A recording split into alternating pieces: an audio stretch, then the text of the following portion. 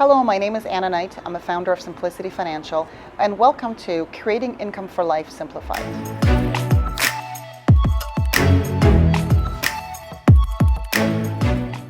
What if you came to me and said, Anna, I want to figure out a way to slow down, and I only have 20 years to do that, or I want to make sure I'm going to get that accomplished in 20 years.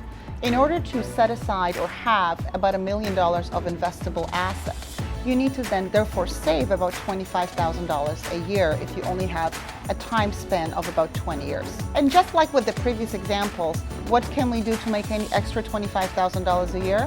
One, creating a second business or a second job that makes you $25,000 a year and saving that on an annualized basis. Two, engaging in real estate transactions where you're either buying and selling or have rental properties.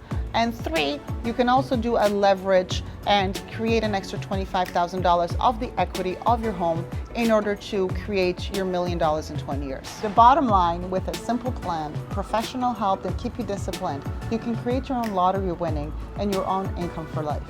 If you require any assistance or you want to learn more about creating your financial independence, please visit us at simplicityfinancial.ca.